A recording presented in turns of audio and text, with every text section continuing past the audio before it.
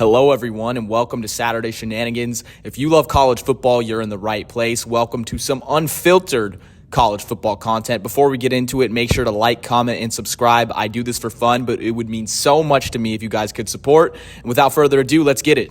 Week 4 was a great weekend of college football, and the main things that stood out to me, first of all, Colorado getting exposed. I literally predicted that. It's one thing that I actually got right because I've been really bad on my picks this year. I'm going to keep it real with you guys, but Colorado had less total yards in the first half than Oregon had points. That says it all. I went and watched back the well-off media videos for Colorado, checking out all their pregame shenanigans, and Colorado was major shit-talking. They were major shit-talking Oregon, stepping all over the logo. We all saw the pregame speech of Dan Lanning talking about they're playing for clicks, they're playing for views, we play to win. I absolutely loved it, and Bo Nix looked amazing again. Oregon just absolutely trampled him. Deion Sanders said it was an old-fashioned butt kicking. You all saw the highlights. We know how it went. The next thing that stood out to me is Washington's a top 4 team. Now, Washington might even be a top 2 team. The way that they're playing football, they are playing at such a high level on offense, on defense, and even special teams. We saw Rome Odunze, their best receiver.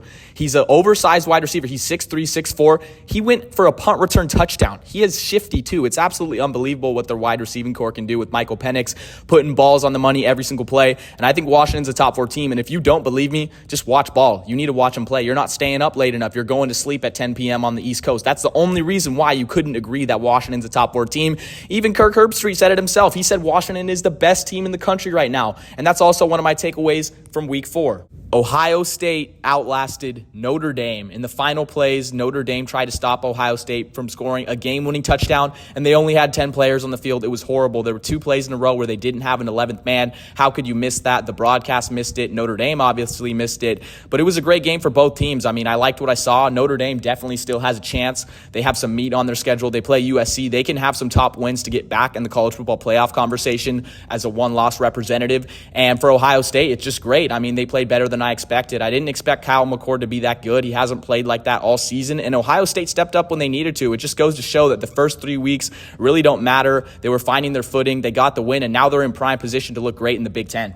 The final thing I want to talk about before getting into the topic of the video, Florida State gets it done against Clemson. Now, Florida State, I believe that's the toughest game on their schedule. I know Clemson's unranked. I know they lost to Duke the first week, but going into Death Valley against Dabo Swinney, that's a hard one to do. Hostile environment. Florida State has Duke left on the schedule. They have Miami. I think those are winnable games. They have both of them at home. So Florida State's in prime position to go undefeated and win the ACC. Now, what really stood out to me on Saturday was a late night game. It was USC at ASU, where USC came in as 34.5-point favorites. I thought they were absolutely going to cover the spread. I mean, they just blown out Stanford the week before. USC was looking great on offense. I mean, we know Caleb Williams is going to go out there and score 4 tutties, 5 tutties a game. So what was there to worry about? USC was playing an Arizona State team that just lost the week before at home in Tempe, 29-0 against Fresno State. Now, granted, Fresno State is a great Group of 5 team. I think one of the best Group of 5 teams in the country, but you got shut out at home. You did not score a point.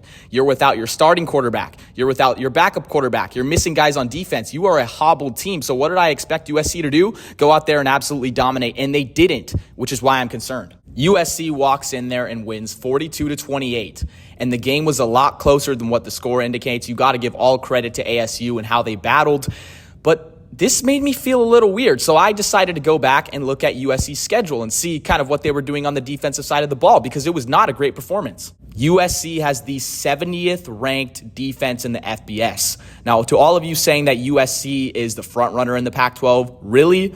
How are you going to be a front runner with the 70th ranked defense? But that's even worse than that. Let's talk about who they played. In game 1, they faced San Jose State, who has the 91st ranked offense in college football. They gave up 28 points. Then they play Arizona State just last week, 120th in college football ranked offense, and they gave up 28 points again. Now, they did have great showings against Stanford and Nevada. Stanford's the 82nd ranked offense. Nevada is the 118th. So what does this mean? They've already looked shaky against weak offenses, haven't played anything near a top 25 offense. We all know that Lincoln Riley has been a defense away from winning a natty, and it looks like he's continuing this trend. I'm extremely worried because of their upcoming schedule. Here are some of the notable games. At Colorado. Colorado's without Travis Hunter. Still a good offense. I know they got smoked this weekend.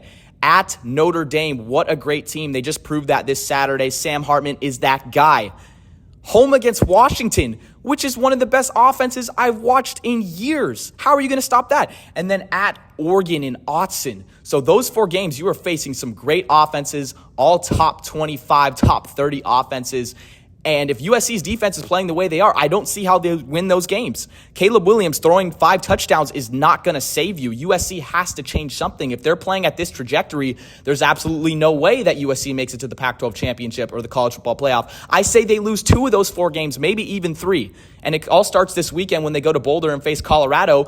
And frankly, I think that one's going to be a close one. I know we just saw Colorado drop out of the rankings and everyone's saying, oh, Colorado's a fraud, but they're going to be able to put up points and stay in that game.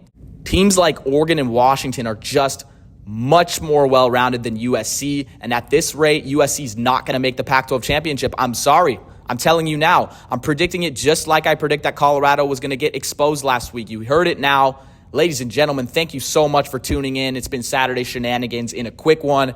Remember, make sure to like, comment, and subscribe. Come back to this video later and say, Saturday, you were so right, or Saturday, you're an idiot. USC won the national title, whatever it is. Please leave some love in the comments. I'll see you guys next week.